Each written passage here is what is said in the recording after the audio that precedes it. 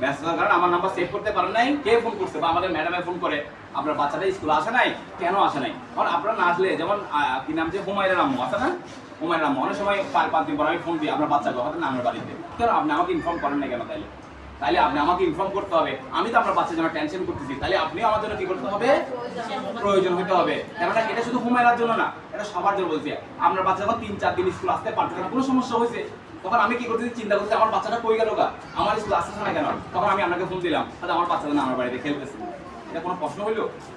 তাইলে আপনার বাচ্চাদের আমার বাড়িতে খেলতে যেখানে যা হইতে যেতে পারে, সেটা আমি শিক্ষক হিসাবে আমার দায়িত্ব আমি পালন করছি, আপনি গার্জেন হিসাবে আমার দায়িত্ব যদি পালন না করেন, আমি বাচ্চাকে কখনোই সম্ভব হবে না। এটা আপনাদের কাছে মাপ চাই। আমি আমার থেকে যদি কিছু চানো, সেটা আমি আপনাকে দিতে পারবো না। সেই জন্য আপনাদের প্রথম কমিটমেন্ট হচ্ছে কি, আপনার বাচ্চাকে প্রথম সপ্তাহ হচ্ছে নিয়মিত স্কুলে পাঠান। নিয়মিত স্কুলে পাঠানোর ক্ষেত্রে ড্রেস আপ ঠিক করে পাঠান, বই খাতা ঠিক মতো আছে কিনা দেখান, ডায়েরি কলম আছে কিনা, না হলে নাকি ছুরি আছে কিনা দেখো। কালকে একটা ছেলে ব্যাগের মধ্যে ছুরি পাইছি, একটা ব্যাগের, স্যার আমি ছুরি নেই, ভুল করবো, আরেকজন ছুরি ঢুকে দিয়েছে, এই লম্বা ছুরি পাইছে। এখন কি আমি কি শিক্ষা দিলাম তাকে ছুরি আনার জন্য? আপনি বলেন, আপনার বাচ্চা আনেন, আরেকজনের বাচ্চা আনছে তো, এটার কারণে আপনার ক্ষতি হতে পারতো তো, আপনার বাচ্চাকে লাগাই দিতে পারতো তো, সে উদ্গ্রীব মাথা। তাহলে এক বাচ্চা আরেক বাচ্চা ছুরি আনতেছে, আমি তো আপনাকে অ্যাডভাইস করতেছি, আপনাকে কাউন্সিলিং করতেছি, কিন্তু আরেক বাচ্চা ছুরি আনছে, আমি ধরতে পারছি না, আরেক বাচ্চা মোবাইল নিয়ে আসছে। কেন মোবাইল কেন আনবে? মোবাইলের কাজ কি এখানে? মোবাইল এখানে আনবে। মোবাইল আনলে যদি সে বিশেষ প্রয়োজন হয়, সে মোবাইলটা এনে আমাকে জমা দিবে, স্যার আমার আব্বা কল দিলে আমাকে দিবেন, আপনি যাওয়ার সময় আমার থেকে নিয়ে যাবেন। এই শব্দগুলো তাদেরকে শিখাতে হবে। এটা আপনার বাসার কাজ, এটা আমাদের কাজ নয়। আমার কাজ হচ্ছে পড়ালেখা করার সাথে সাথে তাদের সাথে আদব কায়দার ব্যাপারে কথা বলতে, শৃঙ্খলার ব্যাপারে কথা বলতে। তার ফাঁকে অনেক ঘটনা ঘটে যাচ্ছে, এই বললাম যে, কিন্তু তারপরে আমরা মেম্বার চেয়ারের মধ্যে বিচার করতে হচ্ছে, সমাধান করে দিতে হচ্ছে। তাইলে দেখেন পড়ালেখার পাশাপাশি কত একটা টেনশনের কাজ করতে হবে, সকাল থেকে রাত পর্যন্ত আমরা এই কাজের মধ্যে আছি। তাইলে আপনার কাছে বিশেষভাবে অনেক সময় ব্যয় করলাম, অনেক সময় নষ্ট করলাম। নষ্ট করার ফলে একটাই কারণ, কাজটা করতেছি কার জন্য? আমার জন্য। আপনারা বলেন, আমার জন্য। এতক্ষণ যে আমি চিল্লাইলাম, ব্রেনটা লস হয়েছে আমার, কিন্তু আমি কাজটা কার জন্য করলাম? আমার ছেলে মেয়ের জন্য। আমার ছেলে মেয়ের জন্য। আমার ছেলে মেয়ে হলে আমার একটা রেজাল্ট হবে। আমার স্বার্থটা কি? আমার একটা স্বার্থ আছে। স্বার্থটা হচ্ছে আমার একটা রেজাল্ট হবে, রেজাল্ট আমি ফেসবুকের মধ্যে বড় স্ট্যাটাস দিব, আমার স্কুল থেকে 100% পাস করছে। সামনে 10 তারিখ রেজাল্ট দিবে, আমি বড় করে লিখবো আমার স্কুল থেকে 100%। মিষ্টি খাবালে খাবা, না খাবালে না বাবা, কিন্তু আমি একটা স্ট্যাটাস দিব, কি দিব?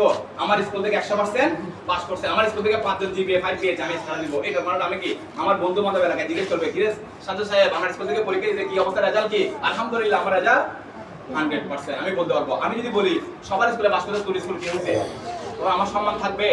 এই সম্মান রক্ষার জন্য আপনাদের কাছে অনুরোধ, বিশেষ অনুরোধ, আপনারা যদি আমাকে সহযোগিতা করেন, আমি আপনাদের বাচ্চাকে রেজাল্ট দিতে পারবো 100%। এই ক্ষেত্রে আপনাদের যোগাযোগ অবশ্যই যোগাযোগ করতে হবে। এক সপ্তাহ পর হলে আমাকে একটা ফোন দিতে হবে, স্যার আমার ছেলে পড়ালেখার কি অবস্থা।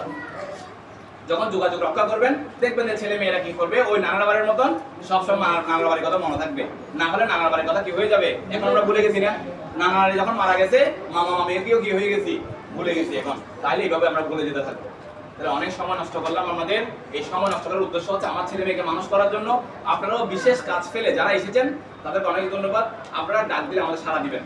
কারণ হচ্ছে সামনে এই বছর যারা 10ম শ্রেণীতে আছেন, তাদের পরীক্ষা জানুয়ারি 7 তারিখ থেকে সরকার অলরেডি ঘোষণা দিয়েছে। তাইলে যারা 10ম শ্রেণীর গার্জিয়ানরা আছেন এখানে, তারা ওয়াকিবল হবেন। আরেকটা সহযোগিতা আমরা করতে হবে, এই প্রতিষ্ঠানকে সচল রাখার জন্য আমাদের বিশেষ ভূমিকা। আরেকটা হচ্ছে কি, এটা হচ্ছে বেসরকারি একটা প্রতিষ্ঠান। এই বেসরকারি প্রতিষ্ঠানের মধ্যে এক একজনের প্রক্রিয়া আপনি চিন্তা করতে পারবেন না। আমি শিক্ষক হিসাবে আমি কন্ট্রোল করতে পারতেছি না। 18,000, 20,000, 30,000 টাকা পর্যন্ত প্রক্রিয়া আছে, বুঝছেন? কারণ হচ্ছে প্রতি মাসের টাকা যদি প্রতি মাসে দিয়ে দেয়, তাইলে আমরা দেখেন এই ফ্যানটা আপনাদের টাকা দিয়ে ঘুরে, এই চেয়ার যেটা বসছেন সেটা আপনাদের টাকা, এবং আপনাদের টাকা দিয়ে আমাদের বেতনগুলো হয়। আপনাদের টাকা দিয়ে আপনারা যেখানে জব করেন, সেখানে কি প্রতি মাসে স্যালারি পান না? কিন্তু আমরা প্রতি মাসে স্যালারি পাই না। আমাদের টিচারের স্যালারি পায় 25 তারিখ, মাসের 25 তারিখ স্যালারি পায়, মাসের 25 তারিখ স্যালারি পায়। জিজ্ঞেস করেন। তাইলে আমরা অল্প বেতনে চাকরি করি, এই অল্প বেতনে চাকরি করে প্রতি মাসের টাকা প্রতি মাসে পাই না। কারণ হচ্ছে আমাদের কিছু গার্জিয়ান আছেন যে স্কুলের সাথে কোনো যোগাযোগ নেই, এবং টাকা পয়সাও দেন, আপনারা দেন, আপনারা যারা আছেন সবাই দেন, কিন্তু এমন গার্জিয়ান আছে যার বকি অনেক টাকা। আমরা এত কিছু পড়ানোর পরও আমরা মাসের শেষে সে ন্যায্য টাকা 500 টাকা, 700 টাকা, 800 টাকা যেই যেতে বেতনটা, এই বেতন আমরা পাই না। তাহলে আমাদের কাছে বিশেষ অনুরোধ, আপনারা কি করবেন, চেষ্টা করবেন আপনারা সবার সমস্যা দেখুন, সমস্যা থেকেও কি করতে হবে, আমাদের গতিটাকে চালানোর জন্য, আমাদের জীবনযাত্রাকে ঠিক করার জন্য আপনাদের সহযোগিতা কামনা করছি। একদিকে বাচ্চাদেরকে একটু সময় দিবেন, বাচ্চা আপনার, কারণ হচ্ছে বাচ্চা আপনার ক্ষেত্রে এগুলো যখন বড় হয়ে যাবে, আমি এসএসসি বইয়ে দেখবো যে তারপর আমি দেখবো না এটাকে। আমার দায়িত্ব হচ্ছে কি পর্যন্ত, এসএসসি পড়ে তারপর আমি দেখবো যে বাচ্চাকে সালাম দিবে, আমাকে সালাম দিবে, আমি সালাম নিব, কেমন আছে জিজ্ঞেস করবো, তারপর আর আমি যোগাযোগ করবো না। রাস্তাঘাটে দেখলে স্যার কেমন আছে এতটুকু জিজ্ঞেস করবে যে, তারপরে তো না। সেই জন্য বাচ্চাকে সঠিক মূল্যায়নের মাধ্যমে আপনারা বাচ্চাদেরকে সময় দিবেন, পাশাপাশি স্কুলের সাথে একটু অর্থ থাকবেন। স্কুলের সাথে যদি আপনারা গার্জিয়ানরা থাকেন, এই স্কুলকে ডেভেলপ করার কোনো ব্যাপারই নেই, কোনো ব্যাপার না। শুধু একটা জিনিস আমাদেরকে এখানে দিতে পারতেছি না, সেটা হচ্ছে আমি আমাদেরকে একটা পরিবেশ দিতে পারতেছি না, একটা মাঠ নাই আমার এখানে। একটা স্কুলের জন্য একটা মাঠ দরকার। বর্তমান প্রেক্ষাপটে যে অবস্থা, এই অবস্থায় একটা মাঠ, এখন বিল্ডিংও নাই এই অবস্থায় আমাদেরকে দেওয়ার জন্য, কিন্তু স্কুল চেষ্টা করলে সেই পরিবেশটা তৈরি করতে পারতেছে না। কিন্তু ভিতরের পরিবেশ, পড়ালেখার পরিবেশ, এগুলো তো টিচার পারবে চাইলে, কিন্তু আপনারা একটু সহযোগিতা করেন, চাইলে ইনশাআল্লাহ সবকিছুই সম্ভব। আর যদি এইভাবে যদি আপনারা সহায়তা করতে থাকেন, তাহলে আশা করি 2028 সাল 27 সাল এই দিনগুলো আমাদের জন্য ভালো যাবে, আমরা বাচ্চাদেরকে ভালো রেজাল্ট ইনশাআল্লাহ দিতে পারবো। সবার জন্য শুভকামনা থাকবে। আপনারা খাতাগুলো দেখে অপমূল্যায়ন করো না, বাচ্চাদেরকে মারধর করবেন না।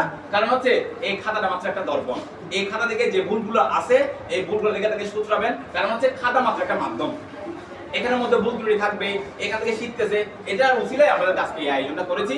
কারণ হচ্ছে খাতাগুলো দেখাচ্ছি এই জন্য যে তাদের যদি ভুল ত্রুটি থাকে এগুলো সংশোধন করবেন। আর লেখার ব্যাপারে সিরিয়াস হবেন, লেখা একদম বাজে, বাচ্চাদের লেখা একদম বাজে লেখা, লেখাগুলোর কোনো আগামাতা নেই, ও কি লিখছে জানে না। তবু আমরা নাম্বার দেওয়ার চেষ্টা করি, কারণ সরকার বলছে নাম্বার দেওয়ার জন্য। এখন নাম্বার দিতে আমার বাচ্চা বরবাদ হয়ে যাচ্ছে, আবার নাম্বার না দিলে আমাকে সিট থেকে বাইর করে দিচ্ছে। সেজন্য নাম্বার আপনাদেরকে দিচ্ছি, নাম্বার দিচ্ছি মাত্র কি আমাকে সিট থেকে যারা বাইর করে না দেন, সিট ছাড়া তো আমার কোনো উপায় নেই। কালকে আমাকে স্কুল থেকে বের করে আমি যাবো কোথায়? সেই জন্য আমাকে বাধ্য হয়ে কি দিচ্ছি, নাম্বার দিচ্ছি। নাম্বার না দিলে আপনি আন্দোলন করবেন, এই আন্দোলন রক্ষার্থে আমি আপনাকে নাম্বার, কিন্তু যে লেখা এই লেখায় আপনি কয় নাম্বার দেবেন, আপনাকে যদি আমি প্রশ্ন রাখি আপনি কয় নাম্বার দেবেন আমরা দেখতে পারবো। সবার কাছে ধন্যবাদ। এখন আপনার কাছে একটাই প্রশ্ন রাখবো, আপনাদের মধ্যে থেকে একজন দুজন বক্তব্য রাখবেন এবং আমার কথাগুলোর উপর যদি কোনো কথা থাকে সেই কথাগুলোর উপর একটু কথা বলবেন। আমি বিশেষ করে আজকে আমাদের সম্মানিত অভিভাবক আমাদের সুমাইয়া আক্তার সুমির আম্মুকে কিছু বলার জন্য অনুরোধ জানাচ্ছি।